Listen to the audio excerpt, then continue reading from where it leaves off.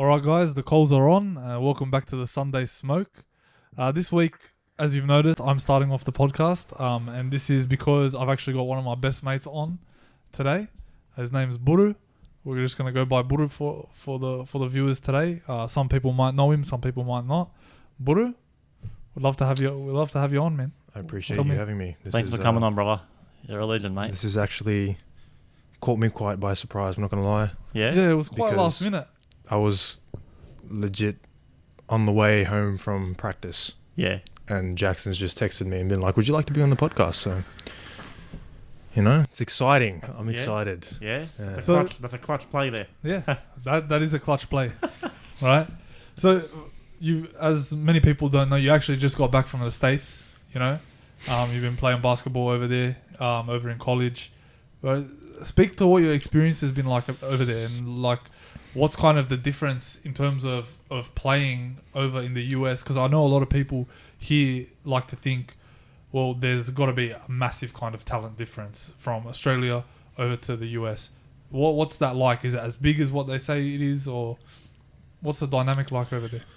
Well, I guess for me at least, like when I had gone over, I wasn't really aware of sort of how big the talent gap was, mainly because a lot of the guys that I was working out with and training with on like a day-to-day basis were also guys that were heading to the States and going to be playing in like either the Juco level, D1, D2, or guys who ended up going pro or whatever, right? So my idea of what the talent level was in Sydney was kind of skewed to like the top end of things. So when I went over to the States, even though it was very much sort of a bit of a shock to see so many talented players in one place, and some guys not even get on the court even though they were so talented, it was like definitely like eye-opening. But the difference became like abundantly clear probably last Saturday when I had gone to watch Youth League Division 1 game. It's a team that I'm going to be playing for. They lost. I'm not gonna say how much they lost by because it's a bit embarrassing, but like that's all right, man. But all basically, that positivity. yeah, basically like just seeing that was the average level or like the higher end level of basketball talent in like Sydney, and then comparing that to my experience in Juco was like, it was insane. I was like, I can't believe that this is like what's considered the top end of things. Like these are the guys that play in the state program, and these are the guys that, you know, go through all those pathways and stuff and get these opportunities, but like a lot of those guys wouldn't even touch the floor at like at the school I'm going to. They just wouldn't get on the court. You call that what do you red shirt? Is that what you call it? Yeah, I had a red shirt season. Yeah. And so explain for people what is a red shirt and why you got red shirted. So basically what a red shirt season is a way for a player to keep their year of eligibility in college while still being able to accept the athletic scholarship, train with the team, get the free education and all of that things. But the only catch is you don't play any games, right? And the reasons this could be you get injured in the preseason before you ever play any real games, so you redshirt so you don't waste the season being injured, because that's just a bit unfair. You might be underdeveloped, so a team will redshirt you in order to develop you through the season, so when you come in the following season you'll be bigger, faster, stronger, more used to the competition. Or your grades were just horrible leading up to it, and they didn't think you were going to pick them up, so they might just redshirt you for the year. And in your case? In my case, I got redshirted because I had missed half of the year because of the COVID problems that we had in Australia during the time. Huge lockdown, obviously everybody knows about it. Yeah. And that had prevented me from getting my visa and flying over on time to start the season and play. So after I'd missed the whole first semester, basically I was ineligible to play. Yeah. I remember I was with you half. through a lot of that process of, you know, we were trying to get the visa and stuff, and that was just a massive shit show for you. They were telling you to go to you know, to travel interstate multiple times just to get your visa done. And the craziest part about that was, like, I did actually try to travel interstate a bunch of times, but like, it was just the most unfortunate, I guess, series of events that could have happened, because the day before my interview was about to happen, that's when the COVID protests had happened in the city, right? And as soon as that had happened, the whole city went into lockdown, all of Sydney went into lockdown like 2 days later. So obviously all the US embassies and everything had also closed. There goes my interview there. That's all right though, because I had planned to go to Melbourne the following week so I could get my visa there.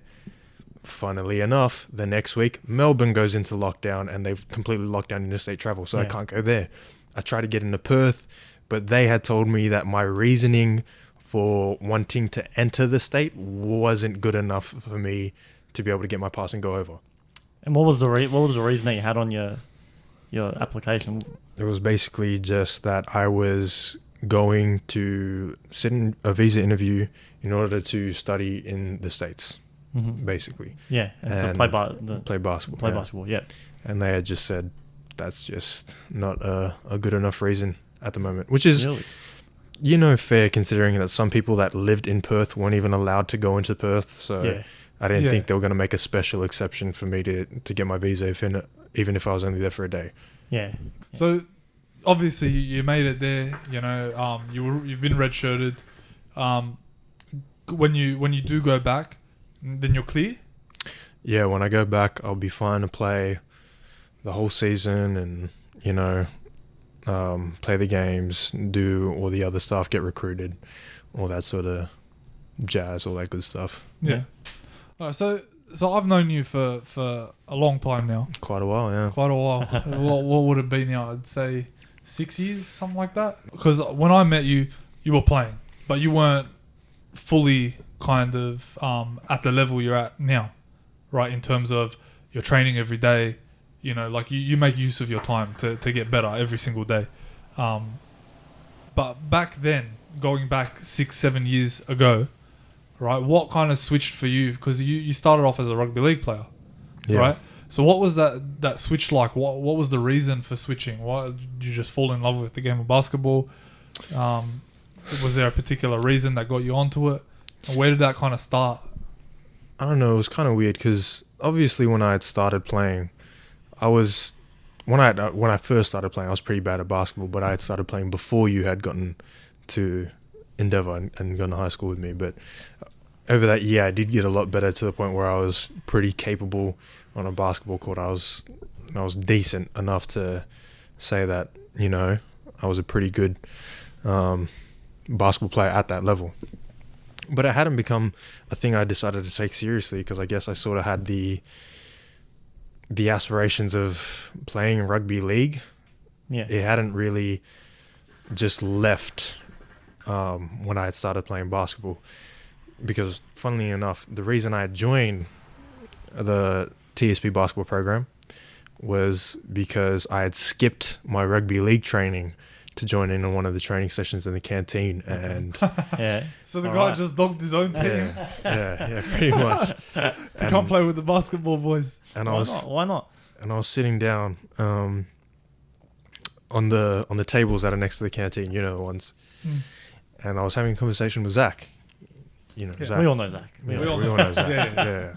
Shout out Zach. So I'm sitting there having a conversation with him, and he's like, "Bro, you've already left rugby league training to come and train with us, and you know you might get caught. You may as well just join the basketball program." And I was like, I don't know. He was obviously joking because I was pretty good at rugby league. I'm not going to say I was fucking Jared Hayne or anything, but I was good enough, I felt, and above average, and gifted enough to have a crack at the NRL one day. But when I had made the decision, it was sort of based on rugby league had stopped being as fun for me. Yep. And I had sort of just seen basketball as a thing that I'd do for maybe a year and a half, 2 years, not even, maybe 6 months, just so I could get it out of my system. Try something new. Yeah, get back to playing rugby league. Yeah. And that's what it was. that's all basketball was meant to be for the first 2 years.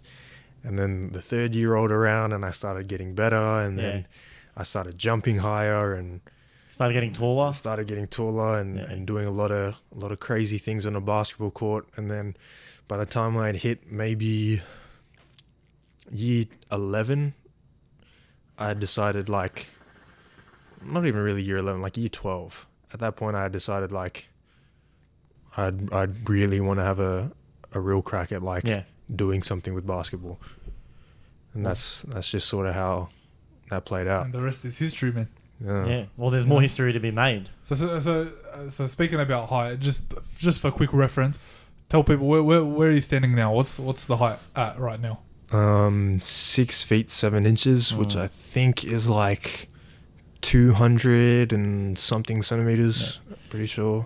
Because I haven't seen you. I for actually don't know years. anyone that measures their height in centimeters, to be honest. Yeah, I know everyone. Yeah. I don't know. And the only people that do measure their height in centimeters, right? Get this, is people that aren't 6 foot, right? Yeah. So they measure their height in centimeters. So people be like, oh, so what's that? Oh, it's 181 centimeters. You know, it's right up there with 6 foot. Because it's on the cusp. Because saying 180 centimeters is like saying 6 foot. You know, because it's Pretty that much. nice round number. Yeah. You know, so people can say, I'm 181. So people like assume that they're over 6. Bro, you're not. No. And everybody knows what 6 foot looks like. That's it. Well, with your height, you also got a massive, like, just for the camera, just bring your arms out. You got a huge wingspan. How Safest hands in the league. Safest hands in the league, baby. it's massive. Like obviously it's basketball. How much more important is that to have that big wingspan with that height?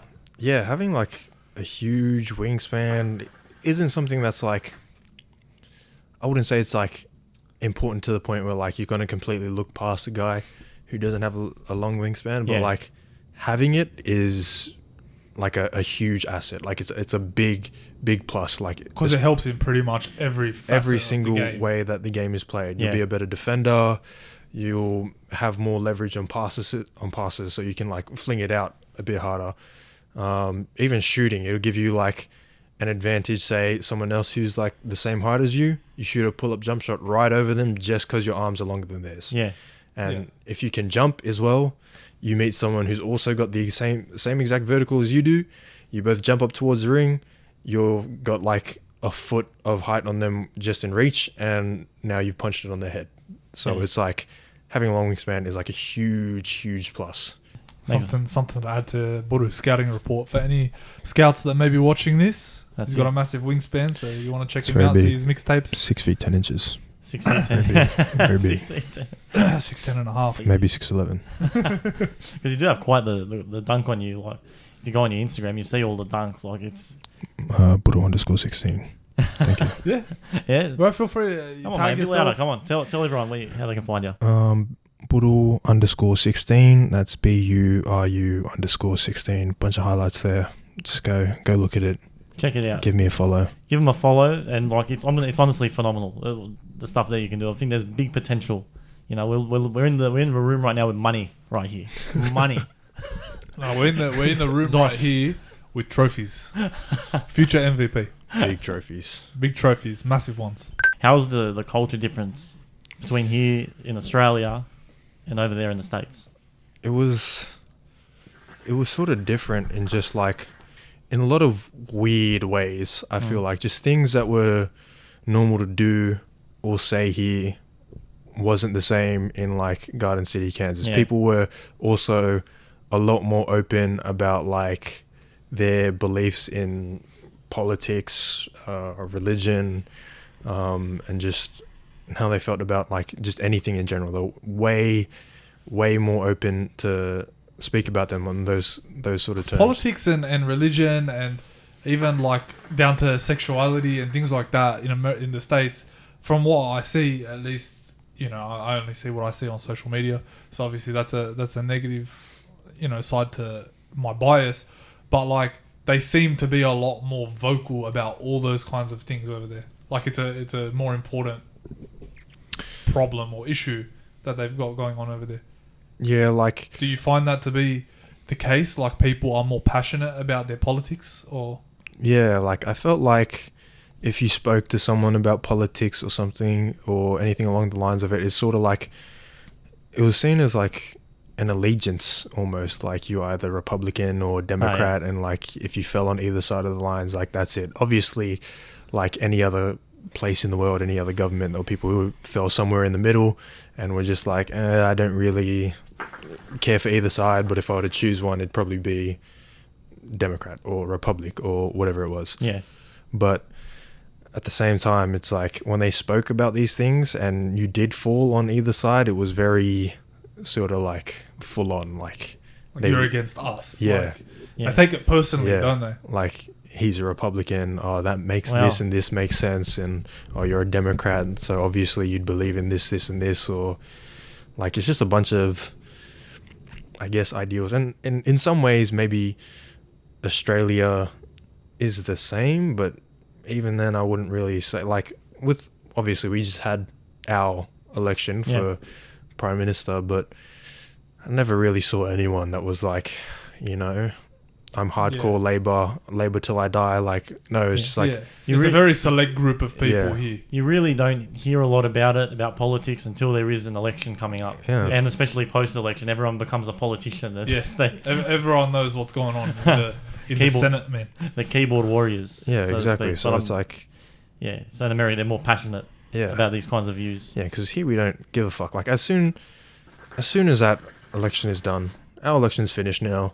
Everyone forgets about it. In about 3 more weeks, nobody's going to say anything about the election until like maybe he makes one really dumb decision, and then there'll be an uproar. Oh, we should have voted ScoMo back in, and then it's gone again. Like it's a recurring thing. Yeah. So, quick question for you, Buru. What's it like training overseas and training in Juco? Juco. Oh, sorry, Juco. I mean, I'm not familiar with the lingo. Tell me some slack, bro. But man, Juco is crazy. I feel like you ask anybody that's trained at a Juco, really, they'll have some pretty insane stories for you. But like, I don't know, Juco training with us was like really hard. And the crazy thing is, I had joined the team during the semester where we had been on like a really big winning streak, so I didn't really get the worst of it. Yeah. But Juco, it's like anything that you do wrong, we're running. In practice, maybe you talk back to the coaches that are reffing for a game, we're running. You complain about a call too much, we're running. Someone's pouting too much, we're running. Like everything was just, we get punished. Fitness. Everything is always a punishment. There's a punishment for anything you do. Yeah. And it's like Coach Carter. Pretty much. Yeah. Right, so... I said suicide. Homicide. I thought Samuel L. Jackson was in the room for a second. Go on. So it's like, over there, it's like, the running is insane. Like, I never thought I'd run so much in my life. I have been in some pretty hard... training environments with a group of guys that had trained me since I was 15, and we did a lot of running like that, but like this was sort of like an everyday thing, and especially with the brand of basketball that my Juco decides to play, which is a full court press 40 minutes of the game. So for those of you that don't know basketball, full court press is effectively, actually, you know what, you're the man to explain it. All right, so stop hogging the airtime. So basically, like Jackson said, for those of you who don't know what a full court press is, a full court press is basically playing defense for all 90 feet of the court just about as intensely as you can. So there is no walking, there is no taking a break. As soon as the ball gets inbounded, you're picking up, you're trying to force them to a sideline or a corner, turn them, trap them, steal the ball, and get points on the turnover, right? And this kind of basketball requires you to be incredibly active and incredibly fit. Now, with that kind of break, because obviously we've played together before on team, and with that kind of brand of basketball on the defensive end, do you find that there has to be a lot more turnover in terms of your substitutions? Like people are coming in and out constantly? Or what are the changes like? Or does the coach just kind of expect you to suck it up and stay on? Pretty much. Like, for this season especially, the two best players on our team, one of them was the number one player in the country. His name was Mo Diarra. Great guy. Shout out Mo. Shout out Mo. If you're seeing this, spread it around Garden City, please. And Tone Hunter, who wasn't ranked nationally, but he probably should have been, because this guy was unreal. Like, you see him do shit on the basketball court, you're like, how the fuck did he even manage to do that, right? Yeah. And these guys played pretty much every single minute of every single game. Maybe they got 2 or 3 minutes on the bench. So basically, for 37 minutes, they were sprinting up and down the basketball court. That's unreal. Non-stop. That is unreal, man. What position did they play? Point guard and center. Point guard and center. Wow. Yeah. And the crazy thing is, as well, the way we play offense is very high tempo, push on the fast break, crash offensive glass, and there's always movement on and off the ball. So if you pass the ball, you're cutting or you're setting a screen for someone and then coming back to the ball or whatever. And if you're the point guard running this whole show, you're doing a lot of running. And if you're the center who always has to be back under the basket to block shots at the ring, you're also doing a lot of running. The center's basically running suicides from under the rim to set a screen and back to... Yeah. And now that sounds like homicide. Yeah. But he played more of a... Actually, Mo's a freak as well, because he's like 6'11" dude with handles and a jump shot. So it's like 6'11". You're seeing him on the basketball court do a bunch of crazy shit with the ball and then turn around, sprint back, send somebody's shot like 30 feet into the crowd or something like that. Like, he was an incredible rim protector and just incredibly fit. Like, for him to be able to be that size, move that well, and play the entire game, it's like, I don't know how these guys did it, to be honest, because the way we play is incredibly physically taxing, and the way we train is exactly the same way. So when we're not playing 40 minutes a game, pressing teams for the entire 40 minutes, we're in practice pressing each other for whatever time the coach decides to put on the clock.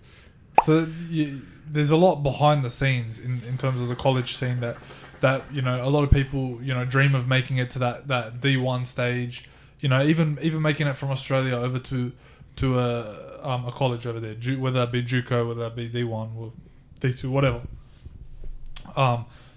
There's a lot that goes on behind the scenes that most people don't know about in terms of how hard you're being worked.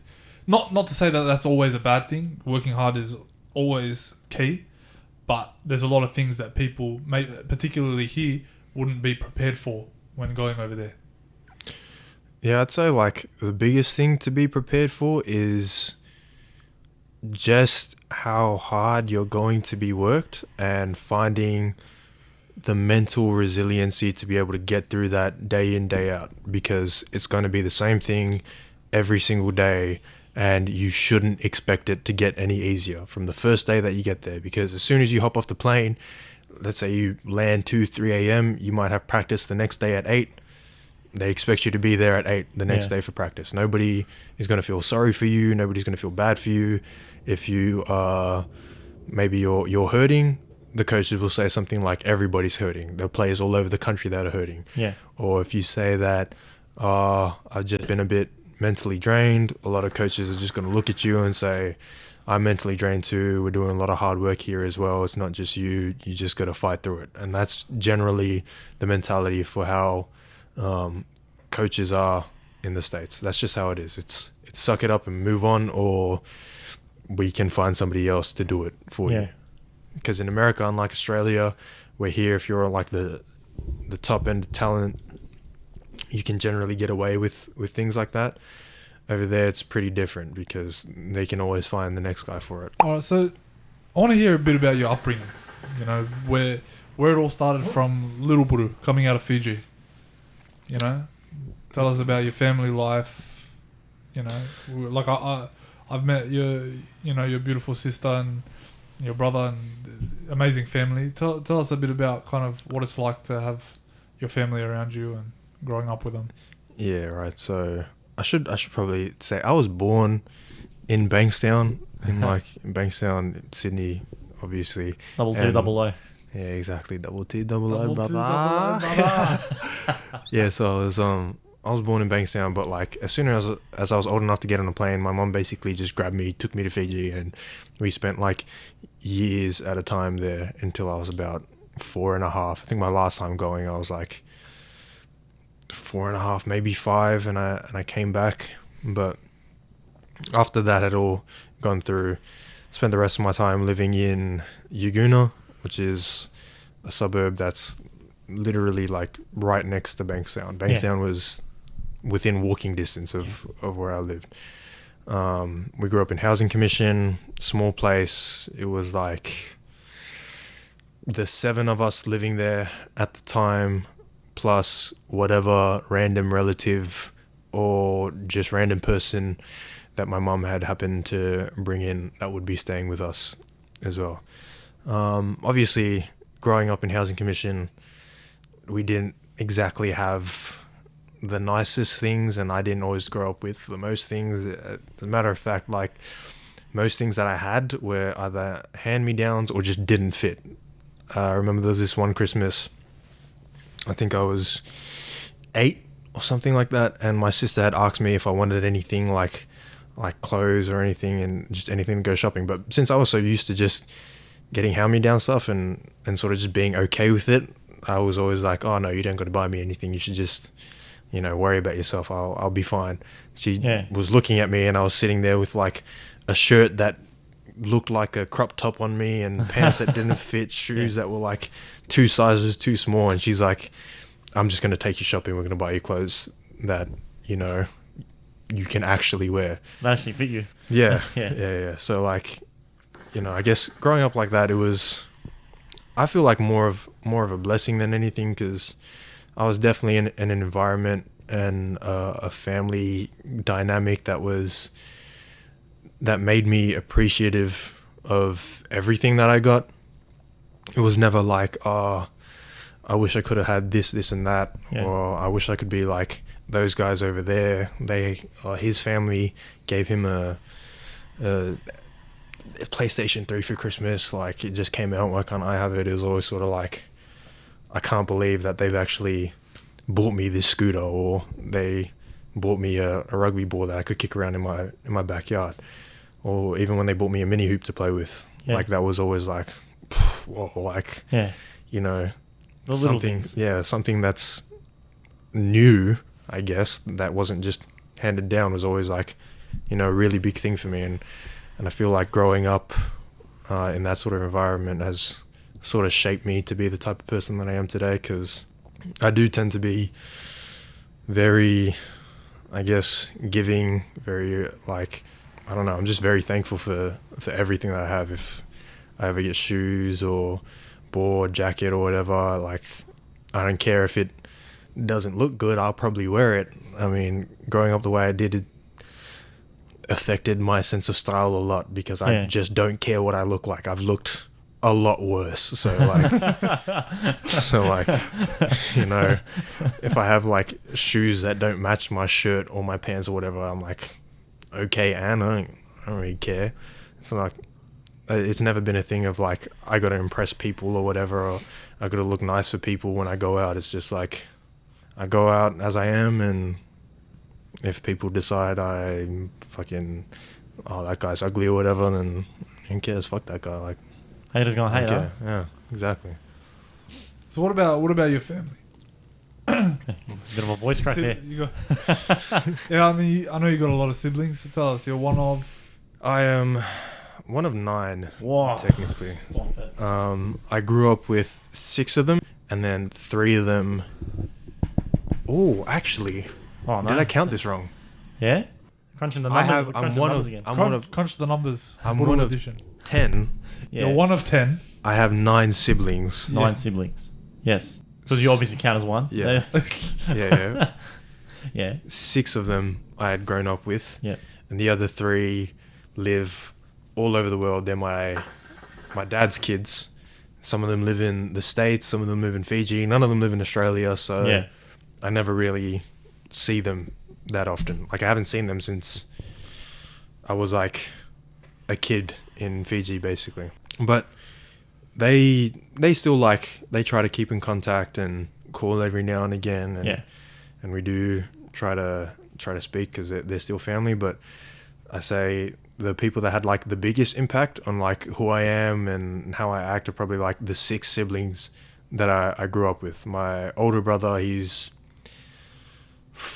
I don't want to fuck this up, 42 this year. He was always sort of like the head of the household. He was like, his word was law, and like whenever any of us got in trouble or punishments, it wasn't like my mum dealing them out. It was always like, I'm gonna tell Joeli, and that's my brother's name. I'm gonna tell Joeli when he gets back here, you're gonna get a hiding. Yeah. And then everyone starts panicking. Everyone's like, oh my god, what? Don't tell Joeli. Please, how do I fix this? How do I get out of this pickle? Yeah. So like he was, he's always sort of been like the disciplinary.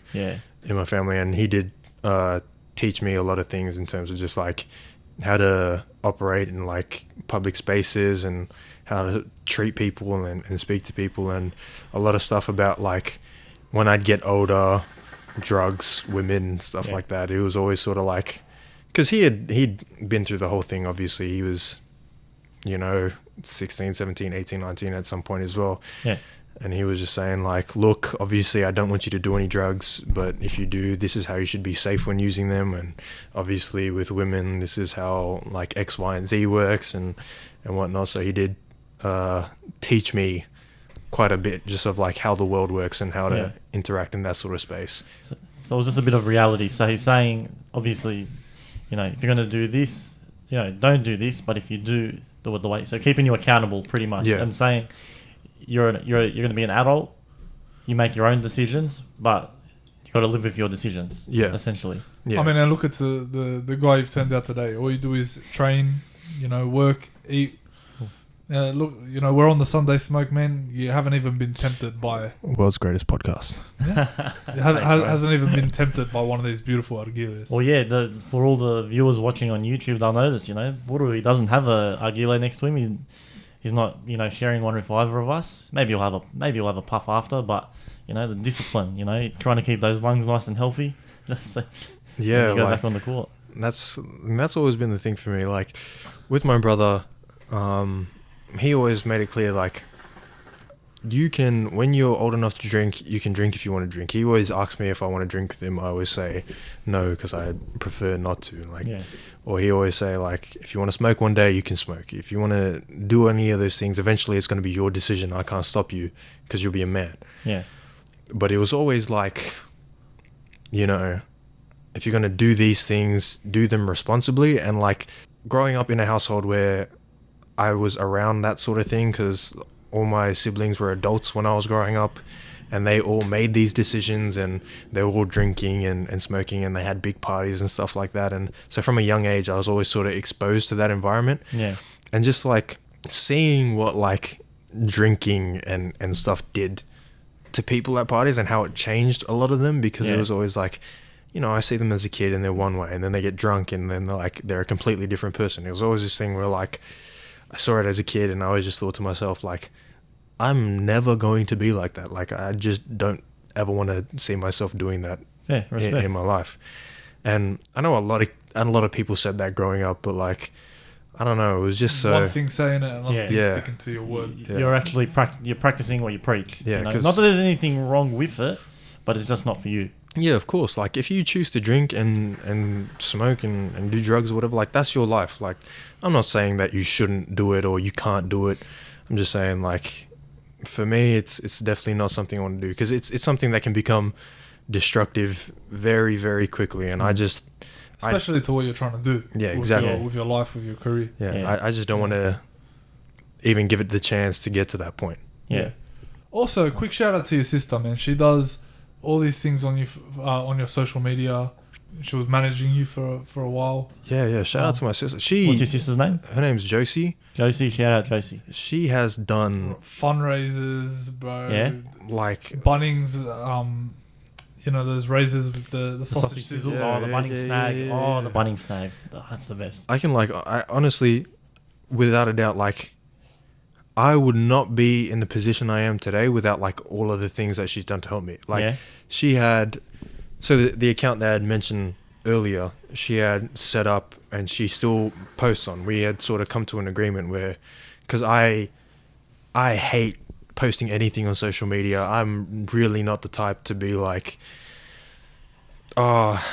posting this and that and like selfies and whatnot. You're more focused on your game. Yeah, like I don't really, I've never been a big social media presence, and I'm sure Jackson can attest to that as well.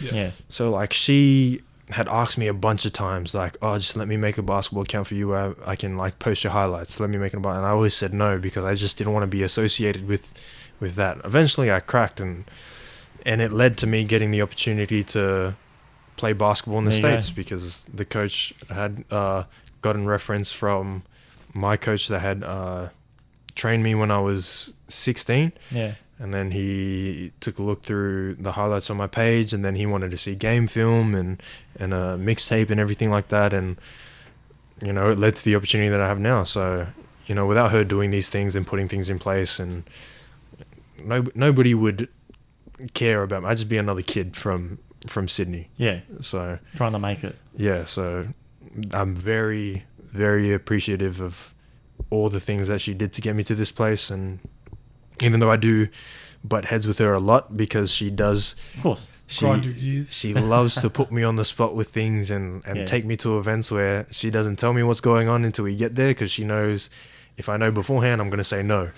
Yeah. So like when we get there, I'm like sort of, well, it's time to face the music now. I'm always a bit annoyed after, but you know, she knows I'll get over it. So yeah, she's definitely helped me grow a lot as like a person and grow, I guess, my social media image to people all over Sydney. Buru_16.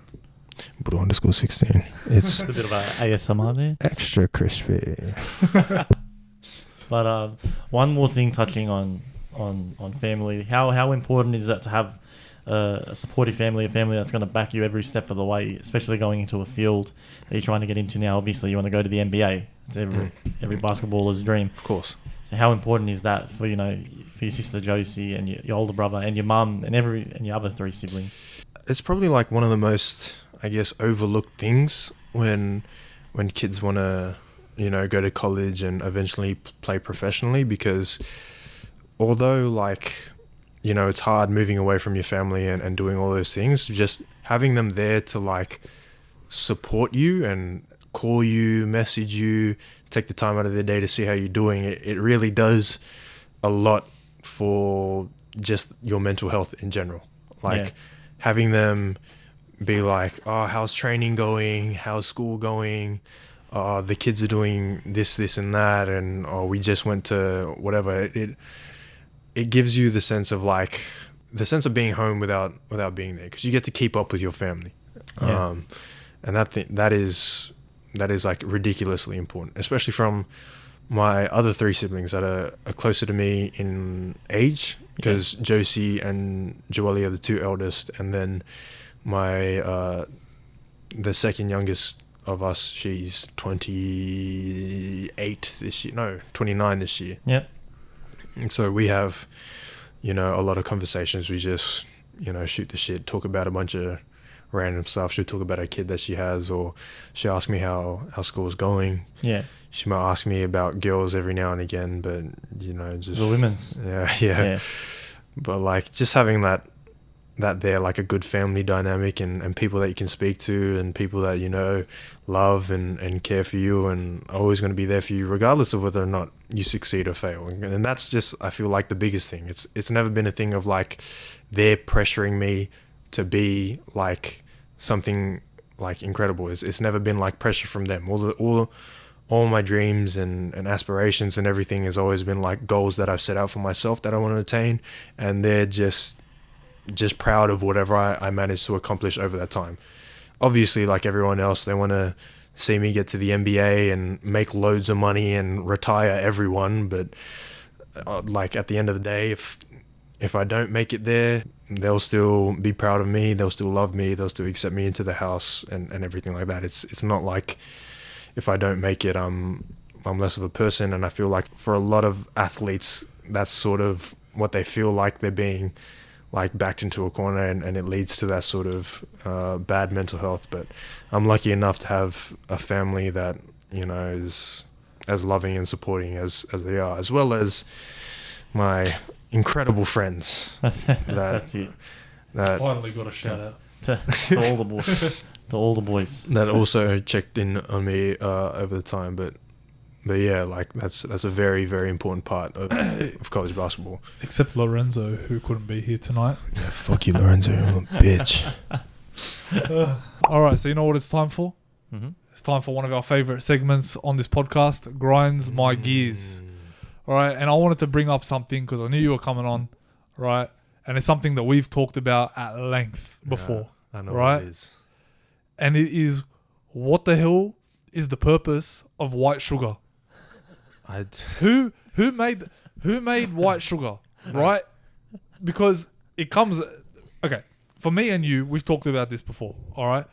We never knew that there was any other sugar besides raw brown sugar. Exactly. Right? You grew up with brown sugar in the household. That's it. Right? Yeah. You were telling us a story. Go tell the story. Yeah, so like first time I had ever stepped foot in like a coffee shop or whatever, or like it might have just been a Macca's. Somebody was giving out the sugars for like a coffee or whatever, or a tea, and I opened the packet and saw it was white. I was stunned. I didn't even know Flabbergasted. that it came in any other colors but brown, because why the fuck would you need any other colors but brown? What's the point in processed sugar? It's sweet already. Just put more brown sugar exactly in the tea. So this is what this is the part that I don't get, right? Yeah. Because if you've already got a product, all right, that's sweet, and you're gonna put it into your coffee, for example, to make it sweet, right? And so I'll never understand people that say, well, white sugar is more sweet. Just put more raw sugar. Yeah. Like, doesn't it cost more for them to process it into becoming white sugar? So, like, why bother doing that when you can just sell raw sugar and tell people to use more of it? Exactly. And you know what's crazy? I know I said this before. Like, the people that made white sugar are the same people that made bottled water and sold it to people. They're not even that people. It's actually the people that sold bottled water, and then the next guy that was like, let's make it sparkling, and sold it to the people, and people were still buying it. What's the point of sparkling water? The same, like, what's the point of sparkling water? What's the point of white sugar? Neither of them make any sense. Tell me about it, man. That's what grinds my gears. Sparkling water. Because I don't, yeah, and that's the other thing, bro. Like, this is the other. What kind of people are using white sugar? Like, what? Yeah. Why is white sugar so special, and why is it so different? Does it hurt your ego just to say, hey, instead of 2 sugars, I need 3 sugars? Is it really that big of a deal? Yeah, I know. And Like, why do you need white sugar? a good Just point. put raw sugar. I know. A good point that you made is it does sound like it's more expensive to make. Yeah, because it's got to go on Processed some sugar, kind of production line at some point. Yeah, you get all exactly. these sugar grains, and it goes through some machine that they've had to pay for that probably costs like $500,000. All right, like, why go to all that effort when you can just say, hey, buy more of it? Maybe it's the extra chemicals. Maybe it makes people more addicted to it, more inclined to consume it. Yeah, but more than even brown then, sugar. take it all the way back to like when it was first made, right?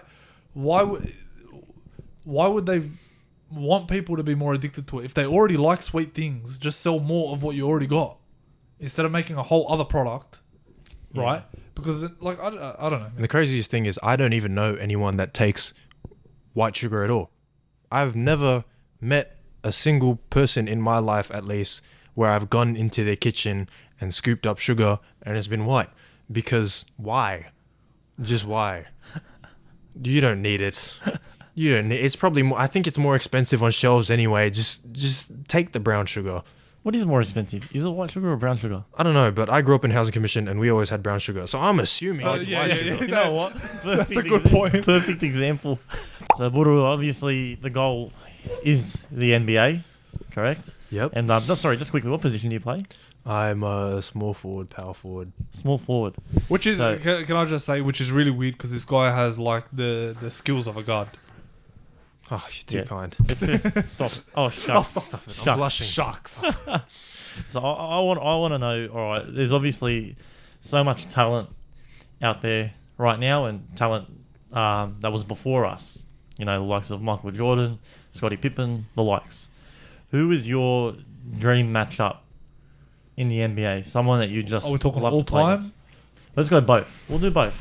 I think all time, man, all time. It's for me. It's like a list of people, and it's just like a list of people at different eras. Like I'd like to play one guy that played in every era of the NBA, just to see like how much the game evolved of like skill and everything like that. So like in the 60s, I'd want to play against Bill Russell. He's known as like one of the greatest defenders to ever play the game. He won 11 rings, did a lot of incredible things. So you'd rather play Bill Russell than Wilt Chamberlain? Because Wilt Chamberlain would fuck me up. It's strategic. All right, and I feel like even though Bill Russell did do an incredible job defending Wilt, so he'd obviously do an incredible job defending me. Yeah. I like my chances against someone who's also 6'8", than against someone who's 7'1", has a 40-inch vertical, and runs like a fucking gazelle. Like I just don't think that would end very well for me. Yeah. In the 70s, I can't even name any players off the top of my head, but probably Jerry West, I think, is when Jerry West was starting to hit his peak in the 70s. Yeah. And then in the 80s, obviously, you've got, Larry Bird, you've got Magic Johnson. If you were to pick between versing Larry Bird or Magic Johnson, who would it be? It'd probably be Larry Bird. I agree. I would 100% rather watch Magic Johnson play with the Showtime Lakers than I would want to watch Larry Bird. But if I'm playing anyone one-on-one in the 80s, it's Larry Bird. I feel like it would be more fun to defend and play up like one-on-one, like on a court, obviously, with Larry Bird. Just because of the kind of different skill level he had to Magic. And then in the 90s, everyone wants to play against MJ. Obviously, he's the only real correct answer. Michelle Jordan. Michelle Jordan. Michelle. I'm doing a Ray, man. I'm getting the names completely wrong. Yeah. In the 2000s, we got AI, Allen Iverson, or Kobe, either one. 2010s, the only man you can really say is LeBron. And right now, it wouldn't be Giannis, even though I do think he's the best player in the world currently. Mm-hmm. It'd probably be someone who's like, I guess, the build-up of like American basketball to this point as far as skills go. Yeah. It's probably like Kevin Durant or something like that. KD? Yeah. Yeah. Kevin Durant is probably like the peak of like offensive talent as far as like, or Kyrie, one of the two. Mm-hmm. Definitely like the peak of offensive talent so far as like what they can do with handling the ball and shooting and moves and all that stuff. So it'd be that. But if it's just like one guy, one game, 5-on-5, I'm playing against them, it's always LeBron. Yeah. The answer is always going to be LeBron. Yeah. Because, first of all, and to me at least, and this is going to probably segue into the next question, LeBron is the greatest player to ever touch a basketball court. Yeah. And, I've heard a lot of stories online about LeBron being like this super genius on a basketball court. He just knows where people are going to be, he knows what sets the other team is running, knows not even just the sets, but where players should be in those sets. Like the amount of natural talent that you need to do that sort of thing, to like memorize and like just memorize not only by like team but by position, as well as like names of sets, is incredible. But to like see it play out in real time would be insane. And not even only that, he's also a guy who's 6'9", like 110 kilos, jumps out of the gym, runs fast, big strong body, shoot the ball from half court if he wants to, great passer, great defender. Like, who doesn't want to play against like that? Yeah. It sounds like it'd be a nightmare if you had to see it every single day, but one game you want to see the peak of basketball all around, just in terms of what he can do. And LeBron is like the guy I feel like everyone should be picking as like their one person to play against. Mate, one day, who knows, 20, 30, 40 years from now, people are, having their podcast going to be asking the same question to that next rising star. And they're going to be like, I want to play against Buru. That's that'd be insane. Actually, that'd be very crazy. Man, we hope you get there, bro. I'm sure you will. All right, so I don't want to give out, all the names. Obviously, you just said that you believe LeBron is the GOAT. I want to know kind of your top 5. Where do you see Kobe in there? See, for me, I feel like... And because I feel like there's a massive difference in terms of casual basketball fans rank him higher, and like really intense basketball fans still rank him higher, but not as high as like top 3. Because for me, I'm more of a casual basketball fan, so I would think automatically Kobe Bryant would probably be like number 3. And me personally speaking, I actually probably put him higher than what most, like I see a lot of analysts, they say that he's like 8th or 9th. Yeah. I put him higher than that. And the weird thing is, I feel like a lot of people had the idea that the narrative around Kobe's career changed when he died, and people were starting to overrate him, as opposed to like put him where he's properly ranked. Yeah. I actually think the opposite had happened.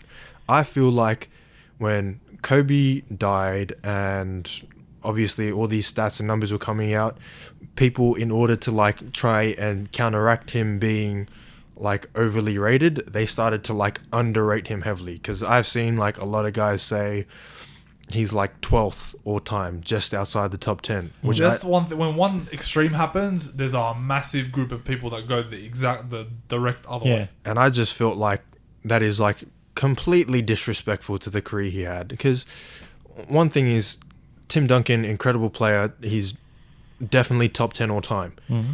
There was not a single point, or maybe 1 year, that you could have said where Tim Duncan and Kobe Bryant played together, where you looked at Tim Duncan and said, that's a better basketball player than Kobe Bryant. This is what that's a fair point. Because like they call this thing in the NBA or basketball the eye test, right?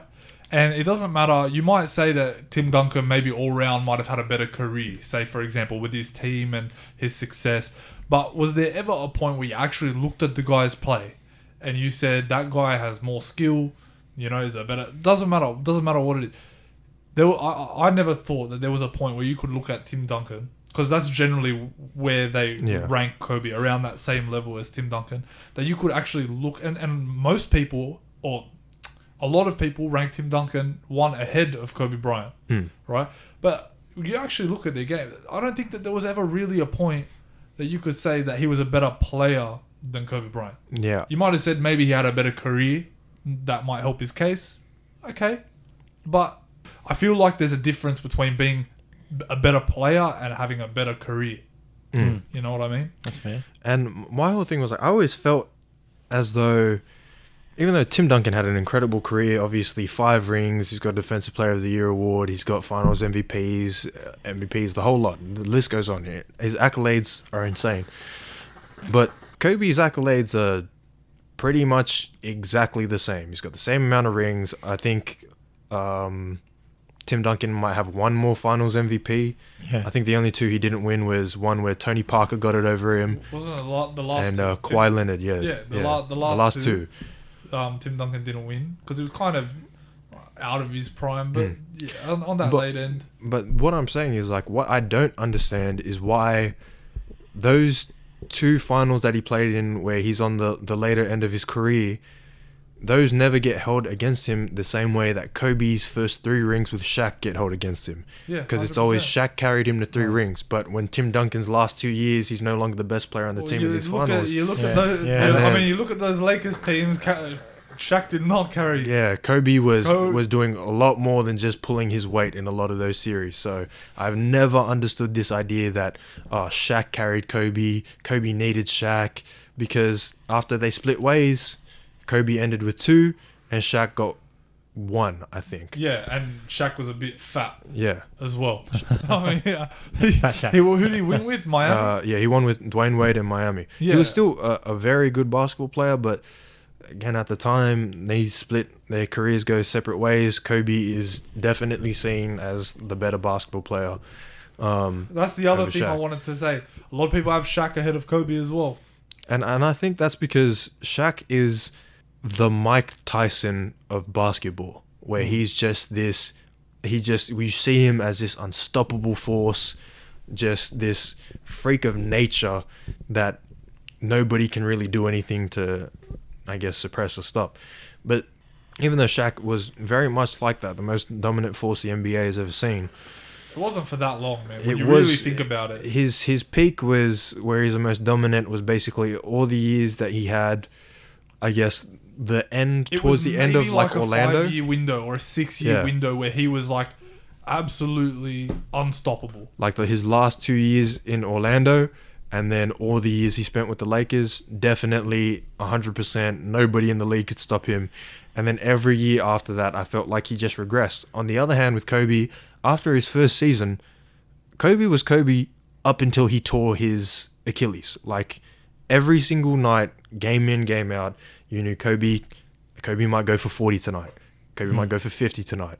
There was a month span where Kobe went for 40 every single night. Wasn't there was like a 3-month span where he averaged 40 or something? Yeah, and I'm pretty sure like he averaged 40 points a game like 8 separate months throughout his career. What's crazy is I think Kobe's career high in a half is higher than most people's career highs in general, which is insane. Yeah. And he averaged 35 for a season. Yeah. The crazy thing is, like, he's done all of these things. He has all of these accolades, and the consensus at the time for all of these years that he played was Kobe Bryant is the best player in the league, obviously, until LeBron starts hitting his peak, right? And somehow we've gotten to this point where Kobe isn't even touching the top 5. Like, what? Like, people can't be serious when they say stuff like that. I feel like the consensus top 5, regardless of who you are, it's like LeBron, Jordan, Kareem, Kobe, and the 5th spot you could give to, like, I don't know, like Larry Bird or Magic Johnson. Like, if you want to toss it up between the two of them, you could just, one of those two is going to be 5th. Yeah. I don't understand how someone can accomplish so much, play well for so many years, and then all of a sudden go from consensus top 3, because that's what it was. It was always Kobe, LeBron, Jordan, to not even in the top 5. Yeah. And I just felt like that's disrespectful. Me personally, and I feel like I've got him at 4, just after Kareem. I also feel like a lot of people are kind of skewed because of those last couple of seasons that he played were a bit shaky. You know, like not that he was bad or anything, but just not like Kobe was. They skew that and they see, well, that was kind of the last of what Kobe, you know. Before that, he was ranked higher. You can't take away a guy that played 17 seasons or something, or 16 seasons. It was 20, wasn't it? Yeah, no. Yeah, he played 20 seasons, but like before his Achilles injury. Oh, yeah. I think he got his Achilles torn in his 17th or season or something like that. The guy played freaking 17 years of basketball before that. I think as time goes on, people will look more fondly on his career, but currently I just feel like people aren't really appreciating what Kobe was and like what his career ended up being. Yeah. I do want to touch on one more thing, basketball, and that is, so I don't know if you've like heard a lot about this. This was a bit of a hot topic kind of around the end of the Brooklyn season for 2022. The Steph Curry and Kevin Durant, I guess you could say, dilemma that most people face. Because when you look at someone like Kevin Durant, you look at the guy can do pretty much everything offensively, right? But then you look at Steph Curry and you see they've parted ways, and you see that Steph Curry's team has been reconstructed and has been substantially more successful than Kevin Durant ever has been since he left the Warriors. When you look at their ranking all time, right, and you see, you know, Kevin Durant, he's won, 2 championships and 2 championships, 2 finals MVPs. Steph Curry has no finals MVPs. He's got 3 championships and is probably on his way to making his next NBA finals. They're going to get a 4th. Do you take that into consideration, the success that Steph Curry has had, and where do you see them? Do you see Steph Curry ahead of him, or do you see Kevin Durant ahead of Steph Curry purely just because of his own skill? Well, I think most people are going to look at Kevin Durant, and this is going to sound crazy, but most people are going to look at Kevin Durant the same way they looked at Shaq, where it's just this guy who's unstoppable, but they're both unstoppable in different ways.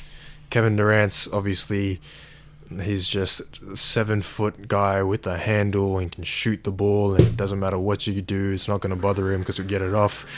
I mean, Boston kind of proved that wrong this last series, but like, you know, he's always going to be looked that way. He's one of the greatest scorers of all time. If he doesn't get injured and miss out on like 2 years of basketball with his Achilles injury, and I think he had a knee injury before that, then he probably has like 34,000 points to this point, right? So it's almost disrespectful to say that Steph Curry would rank higher than Kevin Durant all time, just on like purely on like a numbers scale. Steph Curry doesn't have the same amount of points. He's not going to have anywhere near the same amount of rebounds. Do you think that also, but like this is the part that kind of not gets me, but because, you know, I'm big on Steph Curry, right? But Steph Curry was injury riddled for quite a while before that, and he was, you know, he was a good player, you know, when he was coming into that part where he couldn't keep healthy, you know. Don't you think, in a way, yes, Kevin Durant lost 2 years in terms of his numbers, but so would have Steph Curry? But I feel like the numbers that he lost weren't as substantial as Kevin Durant's, of course, because Kevin Durant was in his prime, etc., etc. Because Kevin Durant is just a much, much better scorer than Stephen Curry is for a longer period of time. Now I wouldn't say Steph is like a way more skilled scorer or anything, but he can put up the same amount of volume that Kevin Durant would. And saying all of this, you know, I believe Kevin Durant is going to be looked at as higher all time if you were to make a list. If Steph Curry wins another championship? Even if Steph wins another chip, the fact that Kevin Durant ended up getting the 2 finals MVPs when they're on the same team is going to be the thing that people look at. So I still don't think Kevin Durant should have got the 2018 finals MVP. To be honest, the only reason I believe that Steph Curry didn't win that is because he had that bad game 3. Yeah. He had the one bad game. But besides that, I think it was actually fairly obvious that Steph Curry was playing better than Kevin Durant in the other games. And I also feel that he was robbed of the one that they won in 2015. I think it was. Yeah, that definitely should have been Stephen Curry. There's no way you give Finals MVP to Andre Iguodala. Like, I understand he slowed down LeBron, but he slowed down LeBron to a 39-point triple-double. Like, is that really slowing it down? Yeah, like how much did you... Yeah, you could say his shooting numbers weren't great. He did it on like 43% shooting or whatever. And then you just look at who he had on the court at the time, and it's like... okay, like who was he going to pass to? Matthew Dellavedova? Like what? Obviously, if he's putting up all these shots and doing all these things, that's the guy that the defense is going to key in on. Yeah. So it's like good. It's like one of those things. It's like good effort, man. Like solid effort, great work.